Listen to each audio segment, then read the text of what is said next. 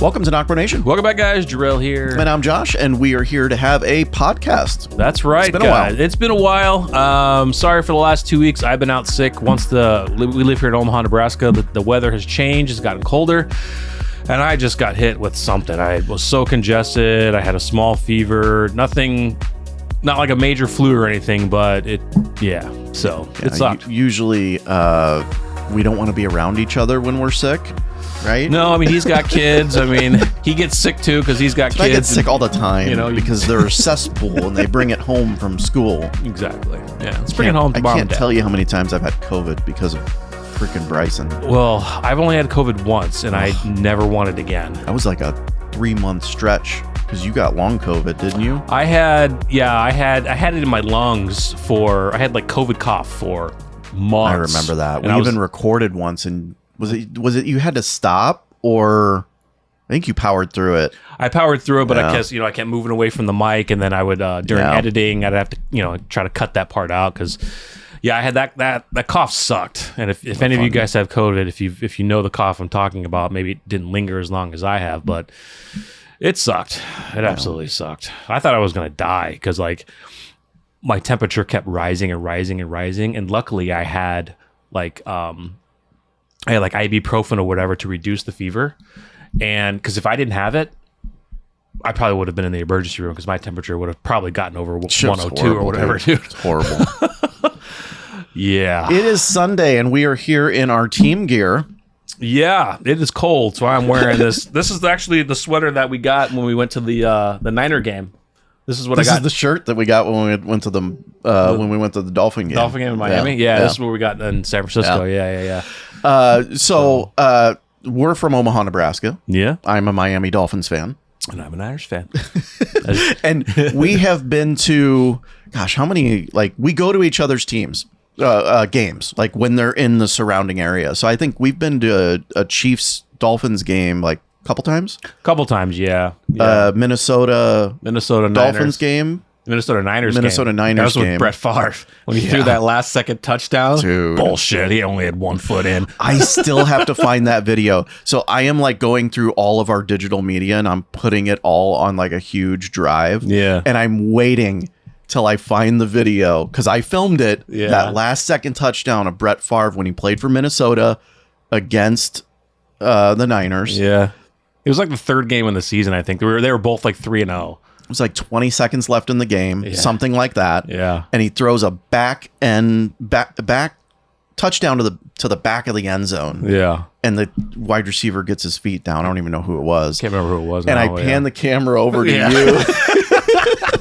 And just the look on your face, it's gold. It is gold. Oh, I was great. It was great. But I will tell you, Niners fans do travel. I mean, there were a lot of Niners fans in that stadium. Yeah. But it was an old stadium too. It was the Minnesota's old stadium, yeah. So we've been there, and then we've gone to the opposite team. So in their home stadium. Their home stadium. So the year that we went to go see the Niners in San Fran against the Dolphins, that was actually the year that Brock Purdy stepped into the scene. Garoppolo got hurt and Brock Purdy came in and the Niners whooped on the Dolphins. But that's the first time I've been to a Niners home game ever. I never got to go see him in Candlestick, and we were fortunate to go out to California to see them. And then just last year, we went to see the Niners play the Dolphins in Miami, and that was a trip. And that was the first time I've been to Miami to see my Dolphins play. Yeah, so I've been to Miami, but not to see a football game. And fortunately, our Niners got our butts whipped. Isn't that crazy? We went to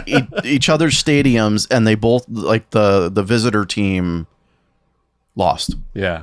By a pretty big margin, which makes sense. Yeah, a pretty big margin, but yeah, I mean, it was fun though. Miami's expensive. It is very expensive, but it's fun. I mean, San Francisco's kind of expensive too, but it's fun, man. We love football games. Yeah, the games we've been to in Kansas City, we went to some cold games. I think Miami played Kansas City in November, December, and we almost froze to death in one of those games.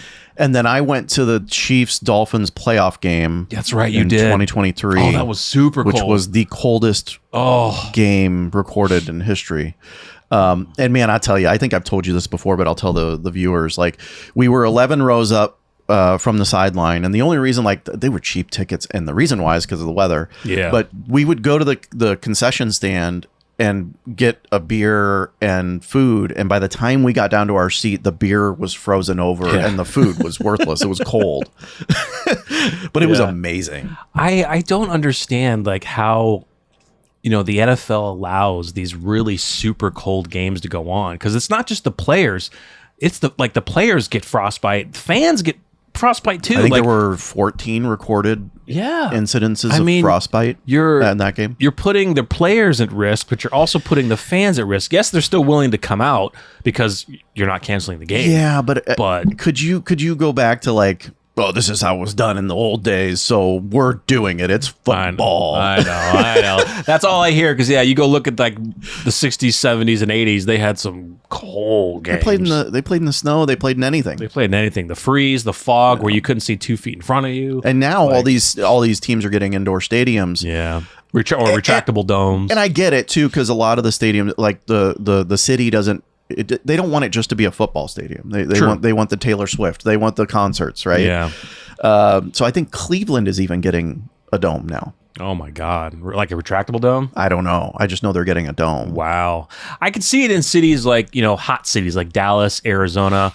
If it's like really scorching hot outside, close it. You don't want that open. Yeah, but you could make the argument those are the cities that should not have a dome. True, but but when it gets really scorching outside, you really don't. Yeah. You want your player. I mean, we've seen certain teams that are in like really hot stadiums, and like their teams are struggling because both teams are dying. You would think the home team, like let's say like Miami, would be fine because they're used to it.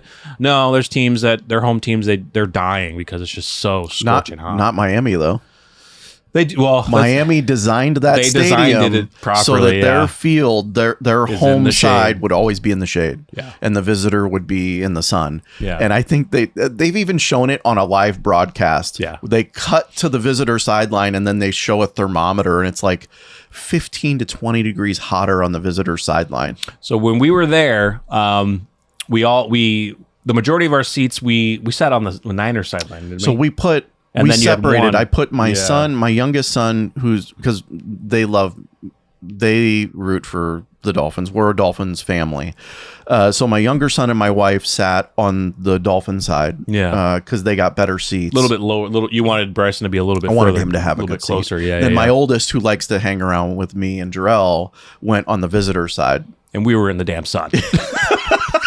And yes, they strategically do that because it's like, well, let's see. The sun is coming around this way. Yeah, let's have the visitors on this side. Yeah. Good times. Well, that's always fun, yeah. Speaking of the Dolphins, and I'm going to spoil the hint, but I'm getting a new puppy on Monday. Yeah. Guess the name. Dolphin related? I've already spoiled that. Is it like a team related or a player? Man, is it going to be Tua? Then you're really going to spoil it. Is it going to be Tua? No. No. Waddle? No. That would have been great. Little Waddle. It is a player. Marino. It's Marino. No shit. And the reason why I wanted Marino is we want Reno for short. Reno? Yeah, that's cute. Yeah. Getting another, it's Pug. Puggle. Right? Yeah, Puggle. So half Pug, half Beagle. Yeah. But yeah, it's we had one. We lost Colby 4 or 5 years ago. And then we got another one, Oakley. Mm-hmm. So we currently have Oakley. He's 4 years old. He's a chunky monkey. But he needs a brother, apparently. I'm not looking forward to it at all. I'm not, because I got to train it. You're right. Excuse me. Yeah. Went down the wrong pipe. But yeah, such a cutie. Yeah. I mean, Oakley's kind of a little big boy. He's a little chunky monkey, but super sweet. The doctor called him a fat brown Ottoman. So is he? Does the breed get like? They said the breed obese. They said the breed overweight? Has a tendency of getting wide. Wide. That's interesting. Yeah. Look, I've seen plenty of thin puggles. Yeah, yeah. But we give him. We don't overfeed the dog. He likes his little ice cream treats, like dog ice cream, not real ice cream. Yeah, because dogs can't. But yeah, it's just it's gonna be good. It's gonna be fun. No, it's for not. you. No, it's really not. Why do you have to train him? Who else is going to do it? April? No, love my wife. You know, it's I guess it's a good bonding moment. Like, you know, when we got Oakley, I tied the leash around my waist, which was a huge mistake because now he follows me everywhere around the house. He'll follow her too, but gets a little dependent. Yeah, but that's cute. That's cute. That's all right. Well, I was watching on YouTube, and there were this. I don't know why it came up in my feed. It was about cats, and so I clicked on it. Not like big cats, but just, you know, house cats. And it's like this channel that's dedicated talking about house cats, about how, like, you know, when cats do certain things, they're suddenly telling you, like, a lot of people say, which is true, because I've been around cats, like, you have to earn their trust. And in certain situations, cats will do things that, you know, if a cat is like sitting close to you, but they're turned away from you, that's actually not a bad sign. It's a good sign, because it's kind of what they're saying is, like, the cat feels comfortable enough to where it can have its back to you, and because if the cat feels safe with you, you know. And I don't like cats, dude. Their minds are going, you know, they're predators. I mean, even house cats, they're always watching over you, always watching the house. No, they're watching you. They want to kill you. They don't want to kill you. Yes, they do. No, they do want to learn about you. That's why they're looking at you. I went to a friend's house, and I'll start this story by saying it's my fault. But I went to a friend's house and went to the bath. It's an apartment, and you go into the bathroom, and immediately into the bathroom is another doorway into the laundry room. And there's a cat meowing in the laundry room. And I'm like, oh, that's sweet. You know, I open the door, and the cat, it's just me and the cat in the bathroom, and it's meowing at me. And I'm like, oh, that's sweet. I'm going to pet it. Literally attacks me. Jeez. Like, jumps onto my chest, digs its claws into my chest and my face. Oh my God. And I take the thing and I throw it into the laundry room, because that's just my natural reaction. I didn't hurt the cat. And then I quickly close the door, and all my friends are in the living room, and there's blood dripping everywhere. Oh my God. And they're like, are you okay? Are you okay? And they're like, yeah, we keep the cat in there because it's done that before to strangers. Yeah. So I must have freaked the cat out, but the thing was meowing. Like friendly meow, not like the... Not like where it's almost hissing at you. Yes. Yeah. I do not like cats. Yeah, I mean, it's similar to dogs. I mean, it's their territory, so they're going to protect it. And certain breeds, certain dog breeds are very, unfortunately, friendly to strangers. Like, somebody could probably break into your house, and the dog would just be like, hi, how you doing? It's Oakley. You know? It's not a guard dog. But, like, yeah, they mentioned it, like, with cats, too. Like, if you ever see your cats, like, lying in dirty laundry or sniffing your shoes, it's not like they're not being gross. They're smelling your natural scent. Yeah. They're smelling you or whatever. But I can see that with cats. I mean, no, I don't like cats. Some cats are probably friendly. Some other ones, I'm sure there are territorial. My grandma had cats. They were friendly. No problems with them. But ever since that incident, I see a cat. No way. Yeah, it can be hard though with cats and a meow, because I mean with dogs, dogs kind of tell you pretty well whether they like you or not. And you always want to be safe, of course, you know, wanting to pet a dog. But with cats, it's kind of, they can be like, meow, meow, cute. And then they kill you in your sleep. They kill you in your sleep. Do they? Do they eat you? You ever seen that movie with that little gremlin creature and the cat? Well, I know Gremlins, but not with a cat. No, I can't remember the name of the movie, but didn't the cat, like, try and kill the people in their sleep or something like that? I don't know. It was a weird movie. I'll have to find it. Yeah, I can't remember what it was, but interesting. No to cats. No to cats. No to cats. Yeah. How's your Halloween? Pretty chill. I don't pass out candy. I don't do that. I know I'm boring. You're Halloween Grinch. That's right. I'm gonna candy all to myself. One of these kids coming around. Actually, if I did do it, I'd probably be like Larry David from Curb Your Enthusiasm. If I see a teenager coming to my door, no, get the hell out. Did I tell you what Channing's Halloween costume was?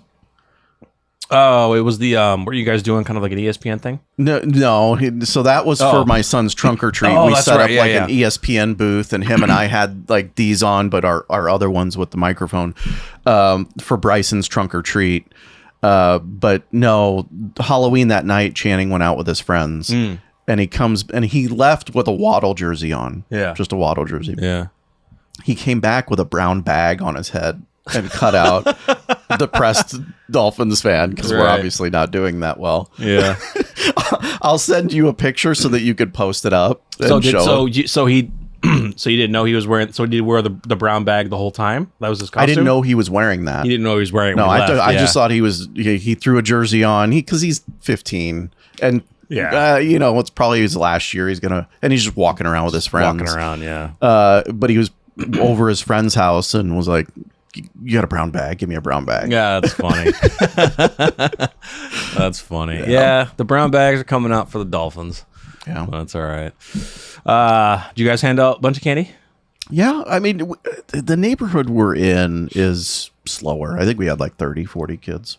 Not bad. Yeah, I mean, with certain neighborhoods, of course, as the neighborhood ages, the kids grow up and it just becomes more of a, an older generation neighborhood. So there's not going to be a lot of kids unless they move out and then, people are moving in. So I just remember the old days, man. Oh, no dude. internet. That's like we went out for Halloween all night. All night. I wouldn't say mostly all night. When I got into high school, like when I was that's different. When I was a freshman, almost all night. Younger, we come back at a certain time. I'm talking about like the golden years. The golden years, dude. Yeah. Dude. What is that? 10 to like 13, 14? No, golden years for me was like, probably like when I was like 5 up until like no, I get the younger years, but I'm like the years where like you could go out on your own. Well, we went out on our own no matter what. Yeah, with friends and stuff. Yeah, a little bit longer. I just feel like I don't know about you guys, but like I just feel like that's not really done anymore. Yeah, it just feels that way. Maybe it's different in different areas, but yeah, it's come back with just a massive load of candy. Oh man! But you remember back in the day, though.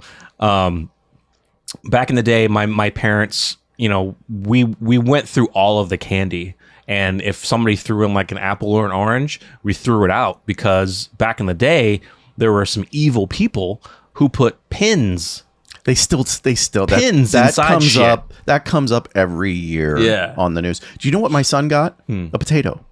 What? A potato? Potato. Yes. Potatoes. Roll them up, smash them up, stick them in a stew. A potato. Is that Lord of the Rings? Yeah. Okay. Yeah, he got a raw potato. Who the fuck? So I looked it up, and apparently it's a joke / tradition. Okay. So it wasn't done out of what's the word I'm looking for? It wasn't done out of stupidity or saying like I can't afford candy. Yeah. Here's a potato. No. Here's some of my goods that I can get rid of. Matter of fact, I got to imagine you're probably spending more on the potatoes than candy. Yeah. So it's kind of a joke / kind of a tradition thing, like with maybe that person or like a community, like I don't know the exact tradition, like a German joke, but yeah, like something like that. Ethnic tradition of passing out potatoes. Here's a potato. Yeah. Interesting. Yeah. I'll have to Google that and see where that kind of comes from. It was weird. When I first saw it, I'm like, what is this, dude? It was just a raw potato. You know what you should do? Since you're part Italian, just hand out raw pasta. Here's some sauce. Here's a box of fettuccine. Oh, you know what? Gabagool. Gabagool. Yeah, some gabagool. Get some gabagool, get some pepperoni. That's what you should hand out, like small sandwiches. Have you seen The Sopranos? Yeah, there is. Two things about The Sopranos that crack me up. One, the Mad TV. TV skit. Yeah, I love it. Two, there's some YouTube has a video of literally just a clip of all the Gabagool references. Really? Yes, it's hilarious. I miss Mad TV. Shout out to Bobby Lee. Yeah. Bad Friends. I love Mad TV. They did. I thought Mad TV. It was before SNL, of course. Yeah. But was it though, or was it at the same time? It started a little bit before, and then I think SNL kind of kicked in a little bit. But I preferred Mad TV over SNL, and yeah, a lot of big stars then started coming into SNL. But the Mad TV skits I thought were just so insane. And then what was it? Jim Carrey. That's where he got started, right? In Living Color. Yeah. Do you remember In Living Color? Was that Jim Carrey? In Living Color he was there. Okay. Yeah, was he at Mad TV? No, I don't think so. He wasn't at Mad TV. He was in Living Color. Yeah, that was an amazing sketch show with the Wayans brothers and all that. Yeah. Fire Marshal Bill. Fire Marshal Bill. Do you know he makes a cameo in Liar Liar? Yeah, I heard about that. In the plane scene at the end. In the background is Fire Marshal Bill. I did see that. Yeah. Yeah, there's these guys I see on my Facebook, my reel that they go over theories. They go over old movies and theories and shit. Yeah. I know that's just, some of them are cool. Dude, some of them are really cool. God, I can't remember which one I'll give you one if you remember. Tommy Boy, the Zelensky character, marries the mother that did all the fraud. Yep. Ends up getting frauded or screwed over and loses all of his money. Okay. Right? Yeah. Have you seen 50 First Dates? Yeah. There's some line in Tommy Boy where Zelensky references he would retire or something, right? And in 50 First Dates, who's the actor that plays Zelensky? I forgot his name. Bill. Oh, that was Dan Aykroyd. Dan Aykroyd. Yeah, right? yeah. He's a doctor. In 50 First Dates. In 50 First Dates. Oh. And he references that a large money for the institution that he worked with was donated by like TB, or it's some initials that you could reference as Tommy Boy. Yeah. It's just That's cool. It's an amazing connection that is like real. Yeah. Right? But they were talking about that on that. Yeah, I was I can't remember what movie they were talking about that I saw that was really cool. They were making a connection to. But yeah, I can't remember the channel's name, guys. It takes a lot of research to figure out the connections that they make. That's why what I just said probably didn't make any sense. Yeah. No, it's really cool the stuff that they come up with, or they see, or they even just go over certain scenes of like scenes that they like in movies. Like, did you notice that he did this? And they'll say like, oh, we heard that it wasn't scripted. They did it and they kept it in. It's pretty cool stuff. Yeah. It's pretty crazy. So I know it's been over for a little while, but how about that World Series? Dude. Bro, what the actual fuck? That was probably one of the best ones. It's the best ones I've seen in a long time. Yeah. And I think a lot of people are saying that. The amount of, just opportunities that, first of all, the Toronto Blue Jays had to take that away. But man, the double play in game, was it 6? I think it was game 6. I don't remember, but let's just talk about game 7, right? Because that's the most memorable. Well, one. I mean, game 3, of course, went 18 innings. I think they went the longest, right? Was that the longest? I don't know, but I was up that whole. Did you watch the whole thing?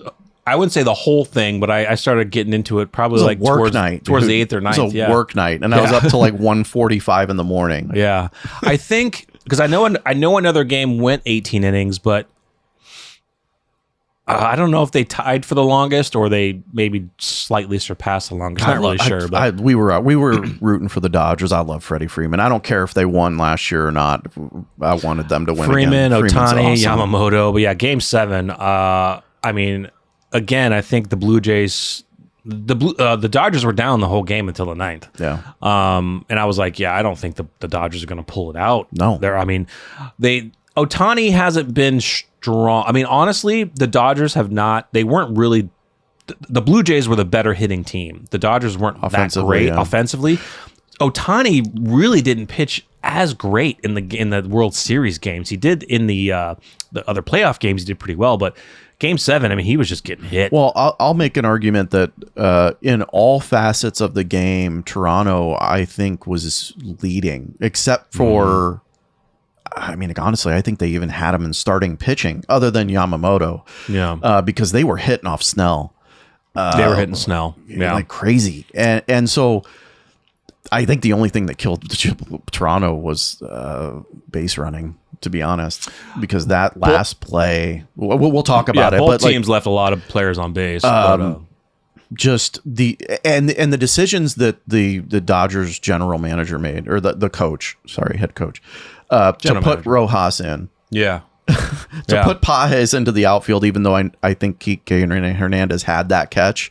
I think both of them probably would have caught that. It didn't look like Kike had it. Well, when he was giving his interview, he was like, "I'm running."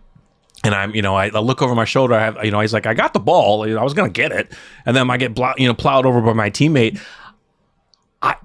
It didn't look like he was going to get it. It's man. very tough because when you're running and you're looking behind you, even like football players will tell you, it's you got to track that ball. Yeah. But of course, with a football, it's bigger. With a baseball, it's smaller. I was like, okay.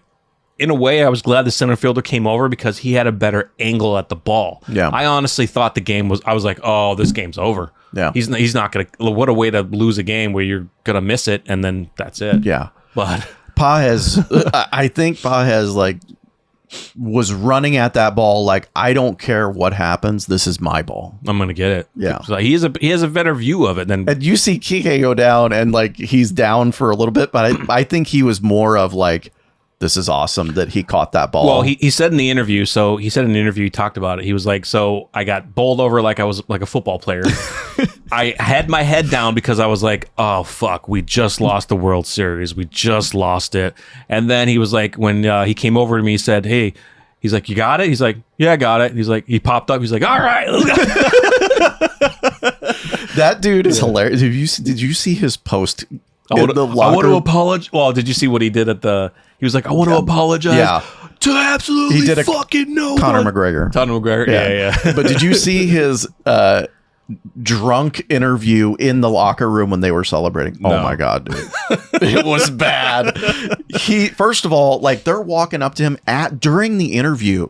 The players are dumping beer on his head while champagne. he's interviewing. Oh yeah, I've seen them do that. Yeah. And then he takes his beer and dumps it on the guy that's interviewing him. Now you could tell I don't think it was a major outlet like an ESPN reporter. I think it was a local Dodgers reporter. But he's like, this is all Yamamoto. If it weren't for him, we wouldn't be here. And then he ends the interview with "Love your nipples" and runs away. Oh my God. It was hilarious. Drunk, having a good time, won a championship. But what a game, dude. What a game. Wow. Well, the one can't remember his name. I know he hit the homer to tie it 4-4. Rojas, yeah. But the play at the plate though, dude, where Will Smith getting that foot down. Dude, a game of inches. You think football is a game of inches. Wow, like his foot was off the plate and got it back on right before the slide came in. I saw a video and analysis of that, and a lot of people were like, if he had gotten a bigger lead, he would have got there. Yeah. The thing that you don't understand about that, like if you know baseball, is like what you don't want to happen is to be picked off at third, and you usually will take the same amount of lead that you take at third base is the same amount of cushion that the third baseman has with the base. Right. So if the third baseman is 6 feet off the base, then you are a comfortable lead of 6 foot or so. Yeah. It happens more percentage wise that you are picked off at third than you making it home. Yeah. So like, I think he had the right lead, to be honest with you. And matter of fact, if you look at all like the analysis that I watched, that was his standard. Like he had no different lead than any other lead. Now you could make an argument. Why didn't he slide head first? Right. Or slide or run through, I think was the argument. Instead of sliding, run through. Yeah. Because the slide, as soon as you hit that ground, there's friction. And that slows your momentum down and gives time for the ball to get there. But I don't know. It was a hell of a play, though. Do you think he would have got it if he went head first with his arms out with a sliding mitt on? Probably. Yeah, that's true. Probably. I remember when the sliding mitts came into play. I was watching baseball and I was like, I don't know if he had one on even. Yeah, so I'm saying that without knowing that. Yeah, I was seeing them and I was like, what are these? And I was like, oh, they're slide mitts. And then like then when they put them in their back pocket, like their pocket's so huge because the thing's like so huge. Funny story, right? Because those sliding mitts are starting to make their popularity at my son's level. Because my son plays select baseball. Hey, I cut up my hands a lot sliding head first. So. Dude, but like they're all dripped out, right? Yeah. So they're all cool. And so here's the kids running, they make it to first, and here's the first baseman with like a whole pile of sliding mitts that he's got to pull out and give to the kid.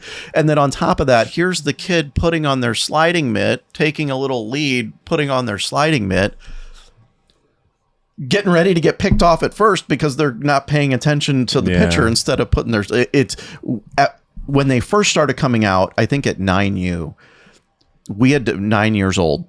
We had to ban them from the kids. Really? Like you couldn't have a sliding mech because it was just too much of a distraction. Too much of a distraction. Yeah, just do one color, just your team color, black or white. It doesn't make, Ultimately, that's probably it. But yeah, it's fun for the kids. It's fun. Well, I do know when Rojas, when he hit that home run, the pitcher that the Blue Jays had in was not a good choice because he had even during the season, had a lot of home runs hit off of him. Yeah. And Rojas hadn't hit I'm sure he felt like shit. September 15th. I know. It's crazy. You throw somebody in that doesn't, that somebody unexpected and just the level, the percentage wise of hitting a home run. I mean, just at that moment in time to tie it up in the ninth, the bottom of the ninth. And the splitter, I think he threw a splitter. He threw it right down. It was a bad pitch. Yeah. He left it right over the middle, and then but again, you're pitching to Rojas. Like you're thinking, like he's not gonna do anything. Yeah. He's not gonna swing. But at the end of the day, they're major leaguers, right? They can hit. And Will Smith. Go ahead, home run, man. I mean, I can't stop watching videos. I can't because it all comes up in my reels. Yes. Just the same thing over and over. Have you seen the ones with the fans in the stands? Yeah, recording it. Yes. Yeah, dude, I've seen them. I've seen both with a Dodger fan recording it and a Blue Jays fan recording it. And it was the ones that are in the stands are crazy because when Will Smith hit that home run, it was dead in there. Do you want to know something even crazier? Dead in there. The Rojas home run and the Will Smith home run went to the exact same family, sitting in the exact same spot. Yeah. That's insane. Yeah, dude. Yeah. What are the odds of that? I do know that the fan who caught the Rojas home run, he threw it back. I think he threw back the Will Smith one. Oh, did he? Okay. Yeah. I can't remember which one it was. It was the second one. Yeah. And it was like, dude, I'm done with this game. Like we tied it. I got the tie ball. Great. I got the winning run. I think you're right. Yeah, you're done. You threw that one back. Yeah. They didn't show it on camera on the TV presentation. It was a different cut of a camera showing him. They throwing it back or whatever. But yeah, dude, that game's going to be talked about, especially Game 7 for a very long time, forever, of course. In a way, I mean, I like the Dodgers. I like the players. Yeah. I kind of wanted to see the Blue Jays kind of win it. It's been over 30 years. I remember watching their back-to-back championship in 92 and 93. Joe Carter. I mean, it's just, you kind of root for the team that hasn't been there in a long time in a way, but but the Dodgers winning back-to-back, is insane. I wanted the Dodgers to win. I'll want them to win next year too. So, now if the Mariners had beat the Blue Jays, we might be talking a different story. Cal Raleigh and that team, I would have probably been rooting for them. Another graphic that keeps coming up in relation to the World Series is, showing Ohtani of how many years he spent with the Angels and no playoff appearances along with Mike Trout. Yeah. And then he leaves and wins 2 World Series. Yeah. Like I felt bad for Mike Trout because I loved him as a player. A very amazing player. The Angels were just terrible. Yeah. You had Trout, you had Ohtani, you had a couple other players on the Angels. They just couldn't do anything. And a lot of people have been saying, dude, Mike Trout, you got to get out of there. We understand you're a loyal guy and you probably can't leave for a while because they gave you a massive contract. Well, but you're a loyal guy, but and then who was it? Oh, Travis Kelce's brother. He's all complaining. Jason, he's like, oh, well, when you spend billions of dollars on a team and they can go win World Series, baseball's different, bro. Yeah. There are rich teams and there are poor teams. And what people have said is, the Dodgers spent $1 billion, but their return on investment was correct. Look at what happened to the Mets. The Mets spent a ton of money on Juan Soto. God, what's his face? The pitcher for the Blue Jays, crazy guy. 2 different colored eyes. Well, Scherzer. Well, they gave him a ton of money on the Mets, and the Mets were shit. Scherzer, you talking last year? Scherzer, yeah. When he was on the Mets, the Mets were in debt. They were negative because they spent so much money on players and they didn't do shit. Scherzer's sweet though. Scherzer's badass, dude. When he's on that field, he is a monster. You see the clip of him coming back to the dugout, and he sits down in the dugout, and the teammates move over because they don't want to talk to him. They know, like, you don't talk to him. Well, you remember when he was on the mound and the coach came out? He was like, I'm not fucking coming out. Like, he's looking at him like, no. And he's like, let's fucking go. Yeah. The dude's I wonder, like, what he's like at home. I'm like, sure. Is it a switch? Like, he comes in the baseball, he's like, bing, I'm a monster. When he goes home, he's the nicest guy ever. Like, I've heard some players in football are like that. They're on the field, everyone is their enemy. I love that. But afterwards, they're just like, yeah, what's up? I love that. Oh yeah, I do. You gotta be a monster. You gotta dominate. I'll tell my son, I'm like, you take over. You just flip the switch. Yeah, you gotta flip. You just got to do it. I mean, that's what Jordan did forever, dude. Yeah. Jordan is on. You piss him off. I think there's a clip of him. He's saying, I don't. It's either him or Kobe. I think it might have been Kobe. Like, saying it's crazy to see and Kobe was the same way. People smiling and, hey, butt tap or high five during a game against opponents. Mm-hmm. Like, in his day, it was, kill or be killed. I just laser focus. I don't care who you are. Jordan didn't do it. Kobe didn't do it unless Kobe. I would say Jordan and Kobe did it together when they played against each other because it was the respect thing. Yeah. But normally, Jordan didn't do any. He didn't even tap his teammates or the other team. He was just like, he was doing that locked in with Pistons players. No, hell no. No. Maybe after the game. After the game, he's like, yeah, come, let's go gamble or play some golf. We are a sports podcast now. Yes. No, but a fantastic World Series. Yeah. It's going to be interesting what happens next year. But Japan is reeling in it with Yamamoto and Ohtani. Yeah, for sure. But so quick little news. A lot of people are freaking out. I'm not freaking out. It's just a little over an extra 100 days. GTA 6 is delayed. Again? To November. Again? Yeah. To November. Well, you know what? There were rumors it was coming, but here's my view. They're doing it to make sure that the game is not going to be bad on day one. They're going to clean up some stuff, less bugs day one. Yeah. We've been waiting for this game for a long time, we know, but from the original release in May to November, it's an extra little over 100 days. I'm fine with it. I am too. I take the same stance of you got to make sure that you're doing it right and you're putting out a good product. Now, the flip side to that is if you launch day, if you still have issues, then there's a problem, right? Because you took this long and you didn't put out a good product. Well, here's the thing. It's because they're going to be charging over $100 a game now. The gaming industry has gone a little bit crazy, yeah. So games are $70, right? But they're going to have probably the standard edition, a deluxe edition, an elite edition. Who knows, right? But there's always going to be bugs, right? But they want to make sure that the bugs are not crippling your game when you're playing. If there's small little things, most players are like, okay, that's fine, we can deal with it, you'll patch it. But you don't want day one to be like where the game crashes in certain areas. That's where people will be pissed. And like, you extended 100 extra days and it still crashes? I'm laughing because I play City Skylines too. I just like this. Oh, you started playing it? Yeah. Isn't it fun? Dude, I've been playing it for...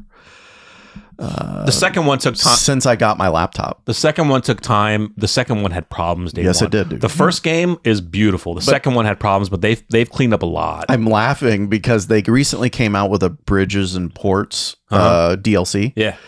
And if you download that, all of the sudden out of the blue, the street traffic on your city, thousands of people just walking. It's a bug. Oh. But like all of a sudden, all of your citizens now decide that it is time to get out and shop. Really? Yes, dude. So like your streets are literally flooded with people. Yeah. And they've acknowledged it, so they're going to fix it. But I just laugh because that's the... Dude, that's so awesome you're playing it. Because I remember I mentioned it to you. Dude, City Skylines is a beautiful city builder. I spent so many hours in the first game building so many cities, and it's so good. And the mods you can put in there, dude. I have like 12 mods. Dude, they're so good. Yeah. The modding community in City Skylines are just top notch. I watched this city planner. I think City Planner? No, on not YouTube? City Planner. College Builder. Oh, okay. But City Planner's good. City Planner's good. Yeah. Shout out to College Builder. Marathon Cove is his city, and I'm building it based on that. Right, yeah. So it's hard, like following people along and trying to build what they build. Yeah, it's good. Like I don't want to copy, but I do because I want to learn how to do a learning it. experience for new players. Yeah. But it's fun. Yeah, it's really fun. Dude, it's a blast. I love that game. It's so good, man. April makes fun of me. Really? Yeah. It's so fun. She's like, "Oh, you gonna go play pretend now?" Giving me shit. Go play pretend. Yeah. But you know what I come back with? What? I'm like, April, I'm a mayor, and I have citizens that I have to protect and give them a good quality of life. Yes. I'm in charge of these people. Yeah. There's got to be fire stations everywhere because fires break out. Yes. And if I want, I can have an asteroid come in and so when you're done with one city, do that. Turn up the disasters, fire. Just completely annihilate it. Just completely annihilate make sure you back it up. It's insane. It's fun doing it. You'll see them on YouTube. I don't know if I could do that. Not with the one I put hours, days into this city that I'm currently, and I'm only at like 2,800 people. Oh, dude, wait till you get a much higher where you have I know different cities, different suburbs, different area districts, sporting district, all, and the stuff that they've added in City Skylines 2 is so good. Yeah, they need a sports DLC though, because the stadiums in the City Skylines 2 horrible. Yeah, the stadiums, I would say, the stadiums aren't. They're not as detailed. Yeah. You put it down and make money. You can get a mod. Yeah. And people will they've built these massive stadiums out of all the stuff that's in the game already, which is amazing what people can do with this game. Yeah. But they're non-functional. Yeah, they're non-functional. Right? So there's like no one using it. They're just decoration. I want a DLC that has like game schedules, seasons, people going to a game, a sporting event, concert, leaving, so you get all the traffic and shit. They do have that. They do have it. So it's mostly with I think it's the soccer stadiums. Okay. So the soccer stadium, there's a team that you can create the team name and the colors and stuff. You put the pricing, and it does have schedules. So when you do see people flocking to it and then leaving. So it is that. But I do agree there are other stadiums like, there's a baseball stadium and a football stadium. They're not functional. They're they're for aesthetics. Like if you build like a college campus. Yeah. That's which I did. Yeah. It's just for aesthetics. Yeah. Which I don't like soccer. Yeah. I like soccer. No. Well, in your City Skylines, make one because you'll make money. My city is a baseball football city. Yeah. No soccer. No, they're not allowed to play soccer. Yeah, guys. So if you guys are gamers, you have PCs, if you like city building games, definitely check out City Skylines. It is an amazing fun game. I kind of want to get back into it. It's been so long since I played it. So fun. But yeah, it's really, really good. So I think we should get into the meat of what we got to talk about. Yeah, finally. Our two reviews. When are you going to talk about the stuff that you do? Yeah, it's all right. That's what a podcast is. We talk about everything. Can we start with From? You want to start with From? I want to start with... No, let's say From. We'll say From? Yeah. All right. We'll go to the Walking Dead universe and Daryl Dixon season 3. I thought it was a good season. I thought it was a great season. Yeah. No, here's another thing that we witnessed. No real main or B characters died at all, except for the British guy in the beginning. But other than that, no major deaths of any of our known characters and like kind of our protagonist characters. No one died. Yeah, I was really worried about. Was it Roberto? Am I remembering that correctly? The boyfriend. Yeah. Okay. I'm surprised I remembered that. I think if anyone out of all the characters, I was worried about him. Yeah. Really upset that the one dude that was going to go on the boat with them that we met in the one episode. In the beginning, the British guy. No. Oh. I'm talking about the one, it was Daryl and him on the boat talking. Oh, before he got an arrow through the chest? Knifed right into the chest with an arrow. Yeah. He was a really nice character. He was the other American that was there who wanted to go back home. Yeah. No major deaths. I thought they did the story really well. we knew that they were gonna do the kind of the conflict between Daryl. Like he's like, look, I don't want to help more people out. I just want to get the fuck home. And it was more of Carol. Like, look, we put these two in this situation. They wanted to leave because of, lost a frienda, and they didn't want to go back. That's our fault. And then just other things, domino effect, just started happening, and they had to really stay and help. I think one of the favorite things about the season for me was what they did with Daryl's character. I thought this was probably the best development or showing of Daryl as a character that I've ever seen. Just a very long time. They made him. We said it before. They just made him more badass. They made him more badass. You can tell in the fight scenes, he's just him and Carol especially, they're just so elite. They know to shoot in the head. They know to stab in the head. They know exactly how to take out walkers because they are seasoned veterans. Yeah. Where everyone else is just like wildly shooting, trying to hit them. They just put up one hand, boom, it goes to the dome, and that's that's it. But I just loved. I think one of the last lines that we got from him, and there were others, but was where he explained that. Why do I always do this? Why do I always I get comfortable and then I just leave and just that realization from him that he can't stay put, and now realizing, I want to go home. I maybe it's time for me to stay where I'm supposed to be. But he's still afraid, though. He thinks that once he gets back, he'll do it again. He's going to hear. I'm assuming he's talking about Merle's voice, the voice that he says he's hearing, because of the flashbacks that we got when he was younger. That maybe that's the voice that he's hearing in his head is Merle telling him to go. It is really interesting because when I think back of Daryl's character in The Walking Dead,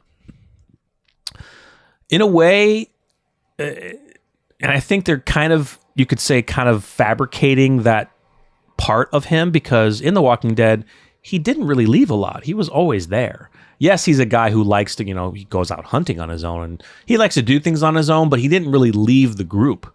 So not until Rick happened. So you can kind of say maybe that point in time after Rick, that's when he started getting that feeling like, all right, like, which he was gone for what, 7 years? Not gone, but in the campsite in the forest after Rick looking for Rick. Was it 7 years that he was there?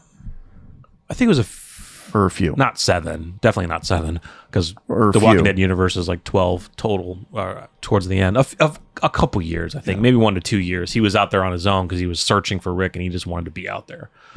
But that was a great line that he told to Carol, and the fact that he's scared that it's going to happen again when he gets back home. Even though he wants to go home, he fears that he's going to hear that calling again, like he's got to go. And I love that he questioned it. He was like, he's like, why did I go in the first place? If I didn't get into that fight with the guy, I wouldn't have ended up on the fucking boat and over here.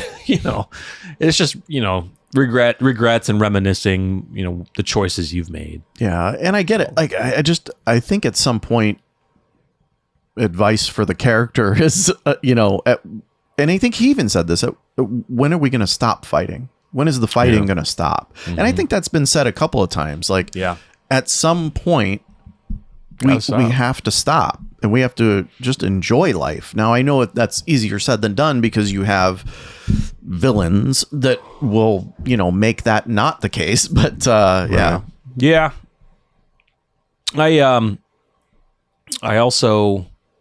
I liked what they did with Carol. Yeah.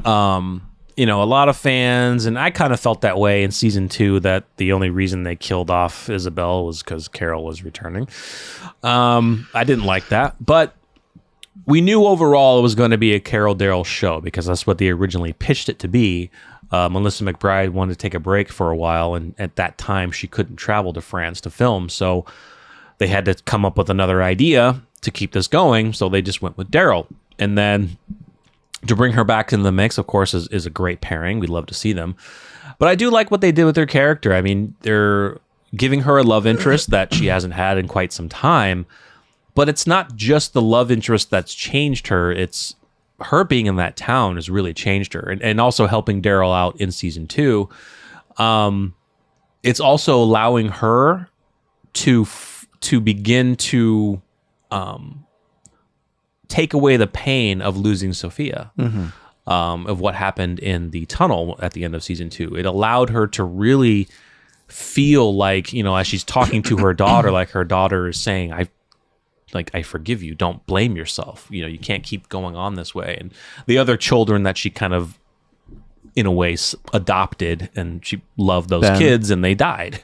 Yeah. So it's, I think they did a good job with her of, turning her character into, she's always been a strong woman, but allowing her to kind of relinquish the pain that she's been dealing with that's kind of held her back a bit to now she can move forward. She'll never forget Sophia, of course, but she's not going to be dragged down by the guilt anymore.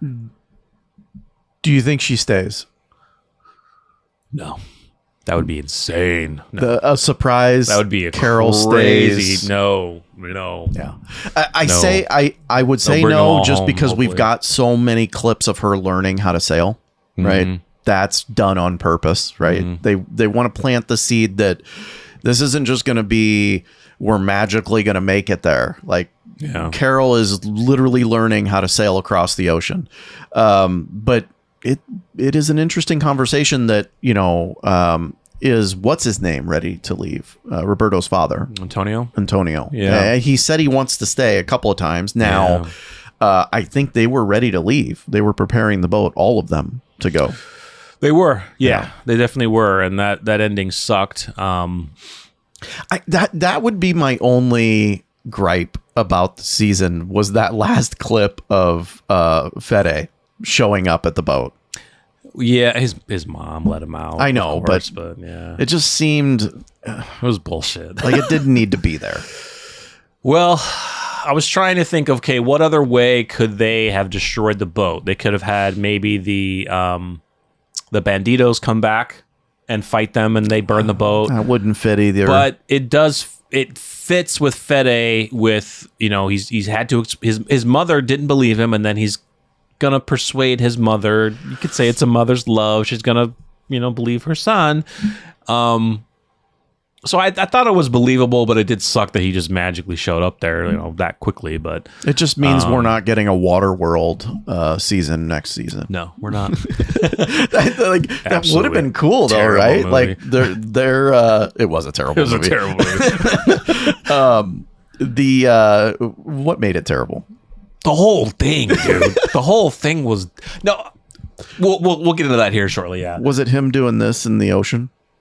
No. Isn't there a scene where he does that? Yeah. He's like swimming like a fish. Yeah. No. The concept of it was cool. Yeah. But it just wasn't done. It wasn't a good role for Kevin Costner. What about Dustin Hoffman? Was it Dustin Hoffman? No. I can't remember. He was the villain. He was in Speed. Yeah. Was that Dustin? Or is it Dustin Hoffman? It might be Dustin Hoffman. I don't think it is. Maybe not. I think Dustin Hoffman's. Who's the guy that was in Rain Man? Yes. That guy. I think that's Dustin Hoffman. I think that's Dustin Hoffman. I can't remember his name, but he's a good actor though, and we're forgetting it. But no, I thought that he was fine. It's just I think Kevin Costner and everyone else around him, except for the villain, and it was just, the script. I don't know. The script was just terrible. It was. If you haven't seen Waterworld, check it out. But it's terrible. No, don't. Yeah, don't.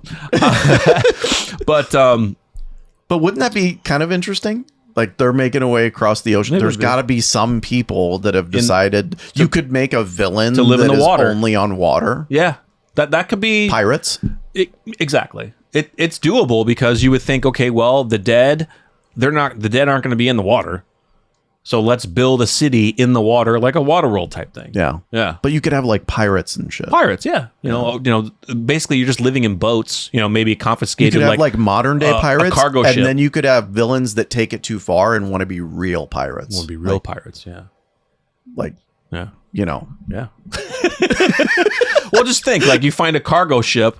And you take that, and then you have a lot of but remember, all the cargo ships were taken by Fear the Walking Dead. No, dude, I'm not even talking about cargo ship. I'm like talking like a true pirate ship, like a true pirate ship, Goonies type pirate ship. That a wooden ship. Yes. Oh, you want that old school? Yeah. Oh, okay. I'm talking like a villain that says, "No, I've always wanted to be a pirate.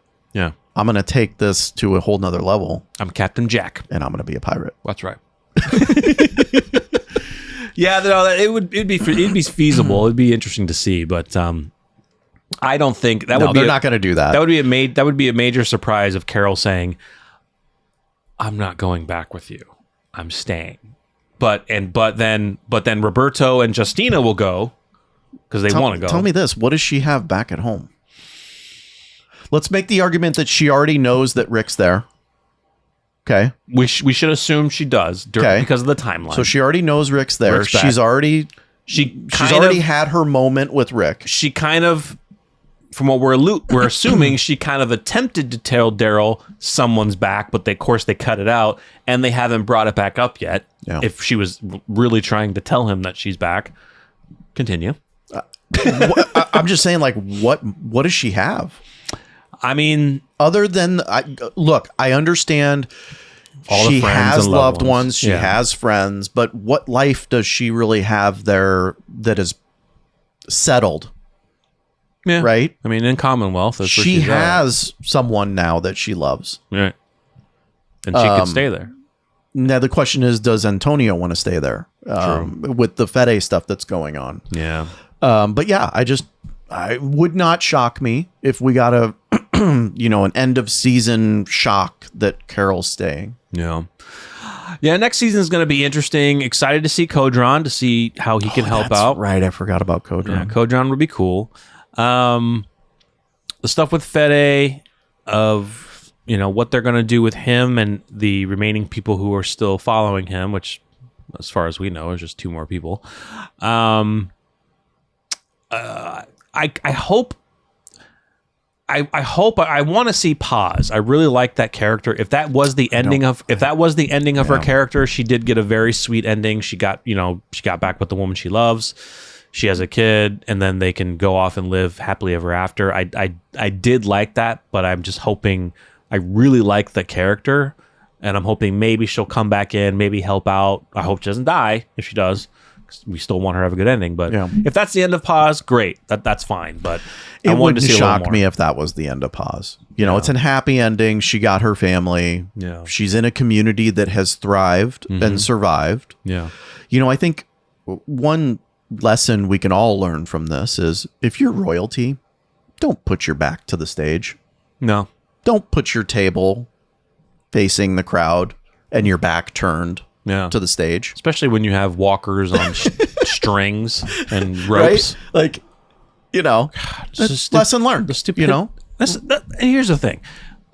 It's funny to see that, where it's like, we know our group, they do not want anything to do with walkers. If we are going to have walkers, we'll put them out front as like a defense mechanism, right? Kind of what they did in the Spain town. Negan did that.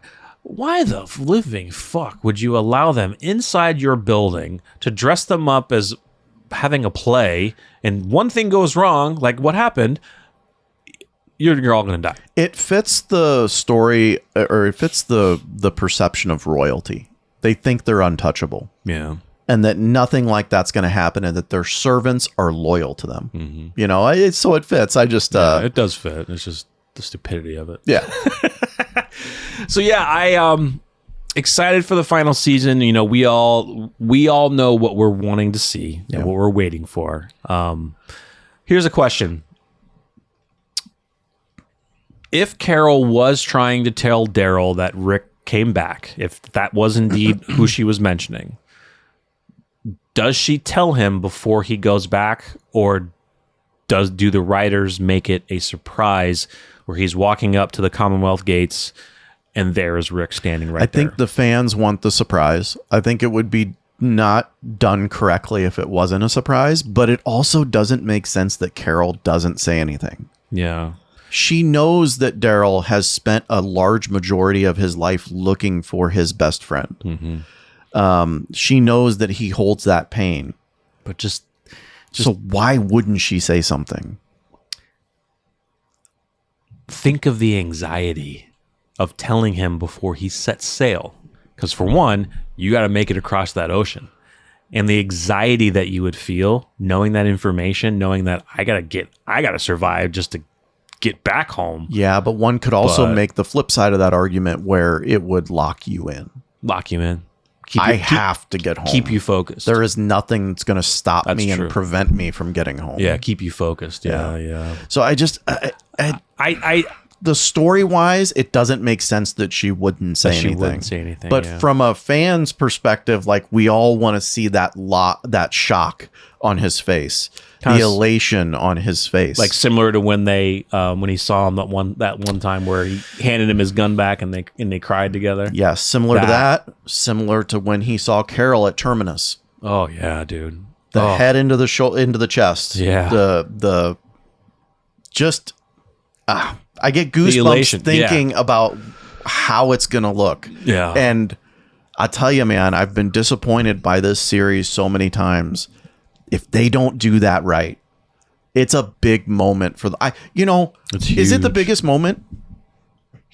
Well, other than Michonne and Rick, it's the second biggest moment. Yes. The biggest moment for me was Rick coming back home and with Judith and RJ. I mean, Rick actually getting out of the CRM and coming back home. That was kind of the biggest moment for me. This is the second best moment of their reunion. So I got to say to the Walking Dead franchise, like, don't mess that up. Don't mess it up. And then we got season 3 of Dead City, which will be coming. I saw that Jeffrey D. Morgan posted a photo with some new character. He's like, wishing whoever, I can't remember her name, but it's a female, welcome to the Walking Dead family. So looks like they're going to be starting to shoot here soon. I think curious to know how long that's going to run. Yeah, what is going to be the state of the Walking Dead universe after the Daryl Dixon series is done? We have Dead City, which is doing well. We don't know how long they're going to make that one run, but I haven't heard of any other plans from Scott Gimple. I know he said there are plans that they're thinking about doing, but he hasn't gotten into specifics. But yeah, once Daryl's over, you got Dead City. What are you going to do? Yeah. Are you going to try to do another Tales? A rewriting of that? Are we going to do another spin-off series with known characters? Or are you going to do something with new characters? Are you going to reboot? No. I mean, start again from present time. Like something just brand new? With the current characters. No, I think they're all gone. Yeah, unless they're just going to do single spin-offs. Like, I know people have wanted to see Aaron and Father G. Yeah, I've said this before. Like, look, I love The Walking Dead. I'm a fan of The Walking Dead. But at some point, we got to wrap things up. You got to wrap it up. I mean, do we want to do an all-out? People have said let's do an all-out kind of like a Marvel kind of you thing. Missed your opportunity with that. You did with the CRM. You completely missed it. Yeah. And the CRM's no more, so you can't really do a Marvel kind of weird thing. I don't think there's much to do unless you do something new with new characters. Like, let's go to another country like we've done already, or let's, or you can do kind of like a pre-series where a lot of people have said what would be cool is like doing a series, pre-series of like with Dr. Jenner of his time. I mean, the actor's older. Yes, you could probably make him, put some makeup on CGI and to make it look a little bit younger. Yeah, that's the challenge. There's another thing of what they haven't really given us is going deeper from the post-credit scene in World Beyond, where potentially the virus started in France. They haven't really dug more into that yet. I think they missed their opportunity on that too. They missed it there. Yeah, I think the story should have. I think the story should have evolved more around that than what we got in season 1. Now, I'm not taking away anything from season 1. It was a good season. Yeah. But the whole Laurent thing kind of just was weird. Yeah, they haven't brought Laurent back up. He's even sort of made it back yet, but that'll be another reunite that we would look forward to. Yeah, so, secondary one. Second, yeah. I could give a half an hour will be Rick and Daryl, and then he'll look over and see Laurent waving. Yeah, that's all I want to see. Or actually, Daryl throwing the Rubik's Cube. Now it's gone. Oh, Kojon has it. Oh, okay. Yeah. I don't know. I don't know what's in store for the Walking Dead universe, honestly. I mean, another story I thought of, like, it would be cool to get like an early Jadis one where she gets first introduced to the CRM, but it's a lot of early stuff, spin-off stuff. I mean, thinking of stuff that they can do a spin-off of after the fact. I think you got to go to Portland. I don't know. Yeah, bring back the World Beyond kids in Portland. I don't know. I don't know, man. It's kind of dead air right now. I thought I saw some articles where I don't know if Scott Gimple gave ideas. I think these were just fan ideas, and there were some pretty good ones in there. Kind of a couple ones that I've mentioned, but unless you just do something new with new characters, that's really all I think they can do, because older characters, the actors may not want to do it, and it'd be tough to come up with a story of, I don't know. Yeah. You think Morgan makes it back? I mean, so we ended Fear for the whole reunion, like with the union coming back. I don't know, right? I mean, I want to see Daryl reunite. We left with Fear Dwight too. with Morgan saying in the radio that he was going to go back. Yeah, and maybe we just end it there. It'd be cool, but I mean, if they do the whole reunion thing where they have people in the background that we can see, like we can see Morgan, we can see Dwight, Sherry. Oh, the Dwight and Sherry stuff. Would be good too. Like I said, though, Negan's got to stay in New York. He's got to stay in New York because forget. I understand you could make the argument that Maggie somewhat forgave him. She's civil with him. It ain't gonna happen on Sherry's side. Sorry, yeah. It's not. I know they want to. Yeah, and I understand Maggie's got more baggage than Sherry, but Sherry has wanted to kill him for a long time. I do want to see a Negan Rick reunion, dude. I want to see it. That'd be sweet. I want to see it. If they had done it close to what the comics were, I think it would be better. Yeah, a lot of things would be better if they followed that storyline, but I don't know if we could get into that. No. Yeah, so we're hoping that we'll see how season 4 goes. The reunion, we're looking forward to that. Can't wait to start seeing the trailers for season 4 of Daryl, and then Dead City is going to be interesting to see what they're going to do. We'll get into a different video talking about Dead City. We won't go too long because we got From to talk about, but yeah, I mean, I don't know how much longer Dead City can go with the storylines that they're doing. We're going after Herschel again. But yeah, I mean, it's got to come full circle because again, Dead City is 5 years after the finale of The Walking Dead, so they're a little bit farther ahead. But I don't know. We'll see. We'll see. It's yeah. We'll see. Yeah. So let's get into From. So those of you that just got finished watching this and maybe skipped to The Walking Dead just to listen to our Walking Dead, stay with From. If you have not watched From, watch From. Watch it. Do what you can to watch this show because seasons 1 through 3 is on Amazon that you can purchase. Overall, like just from a overall review of the series, absolutely amazing. I don't think there's one bad thing I could say about this show. Truly, acting, story, writing, scenery, just everything is amazing. Everything is so good. I mean, they do a great job in building the character relationships. You learn to love these characters, and season 3, we didn't get to see much of a few characters, but we did. It's fine, but they're expanding the story. But one of my favorite characters, because the actor is just absolutely phenomenal, is the actor who plays Victor. We had a chance to meet him. He was coming to Omaha for Comic-Con. Unfortunately, he had to cancel. There were some flight issues. He couldn't make it. And we were so excited to talk to him because it's like how this guy can play a man in essentially as a little boy brain, because he never grew up because of the character.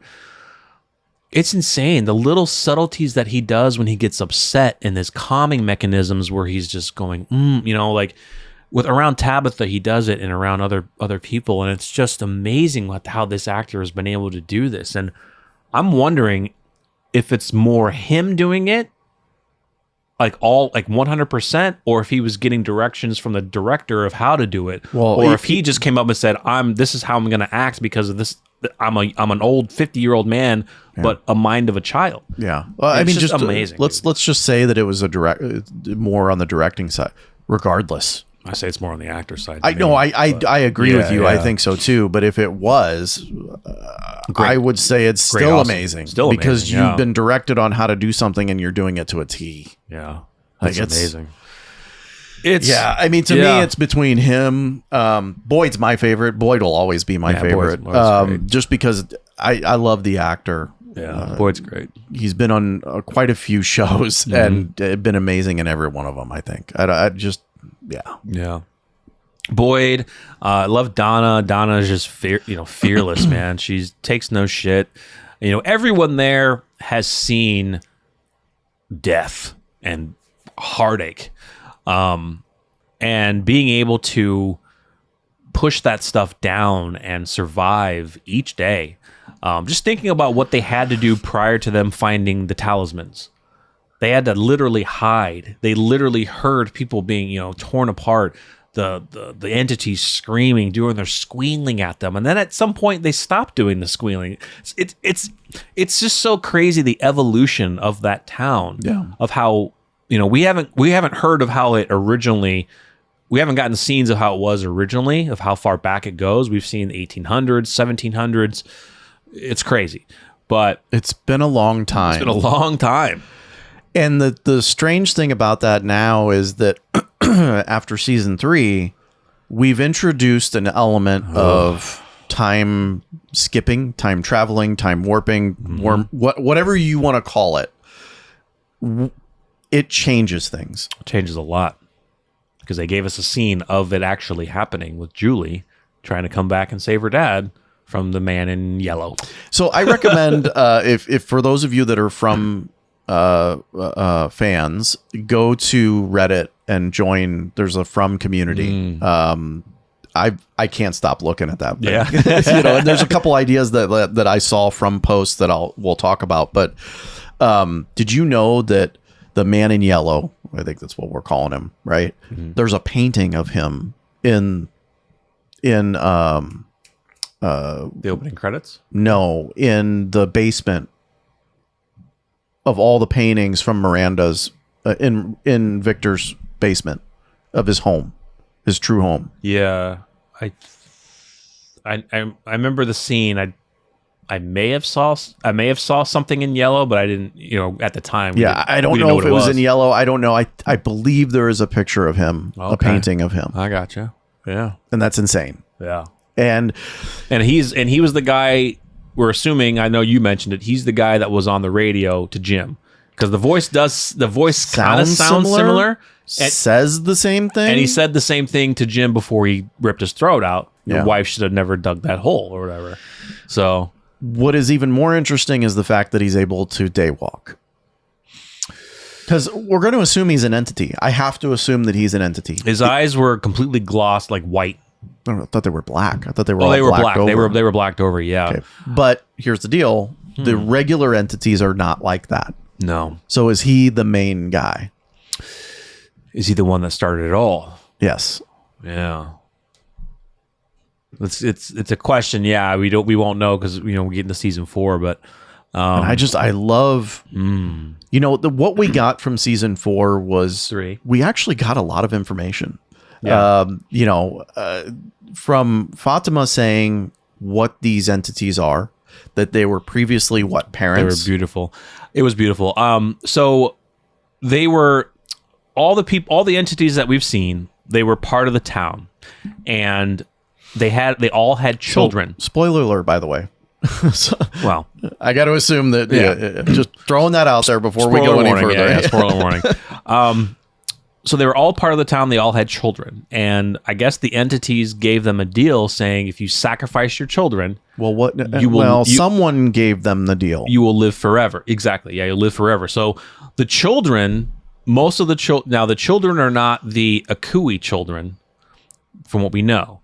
Are they though? I don't think they are. But the entities live forever because of the deal that they sacrificed their kids, and that is why Fatima gave birth to the entity that was killed.